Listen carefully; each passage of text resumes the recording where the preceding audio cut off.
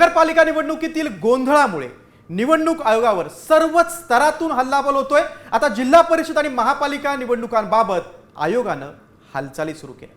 मात्र यातील कोणती निवडणूक आधी होणार, जिल्हा परिषदेचा धुरळा किती टप्प्यात उडणार आहे, पाहुयात यावरचा स्पेशल रिपोर्ट।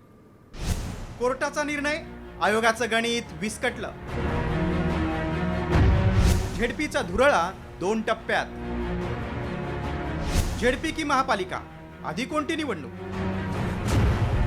न्यायालयाच्या निर्णयामुळे निवडणूक आयोगाचं नियोजन कोलमडलंय। त्यामुळे निवडणूक आयोगानं जिल्हा परिषद निवडणुकांच्या आधी महापालिका निवडणूक घेण्याच्या हालचाली सुरू केल्याची माहिती सूत्रांनी दिली। आता 14 डिसेंबरला अधिवेशन संपल्यानंतर महापालिका निवडणूक जाहीर होण्याची शक्यता आहे। तर त्यासाठी 4 डिसेंबरला आयोगानं राज्यातील 29 महापालिका आयुक्तांची बैठक बोलावली। मात्र निवडणूक किती टप्प्यात घ्यायची याबाबत सूत्रांनी दिलेल्या माहितीनुसार काय शक्यता आहे ते पाहूया। सुप्रीम कोर्टाचे 50% मर्यादेतच निवडणुका घेण्याचे आदेश आहेत। 17 जिल्हा परिषदेमध्ये आरक्षण मर्यादा ओलांडली।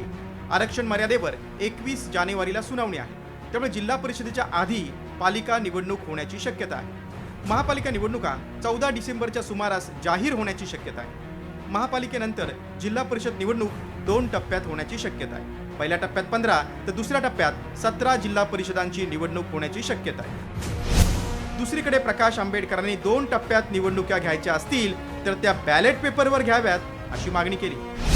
2 टप्प्यामध्ये घ्यायचं म्हटलं म्हणजे त्यांच्याकडे EVM नाहीत। मला अजूनही कळत नाही आहे की इथले सगळे जे विरोधी पक्ष जेलमध्ये जाण्यापासून जे घाबरतात आहेत,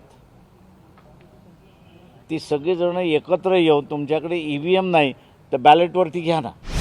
246 नगर परिषद आणि 42 नगरपंचायत निवडणुकीच्या घोषणेनंतर आयोगाचा सावळा गोंधळ समोर आलाय।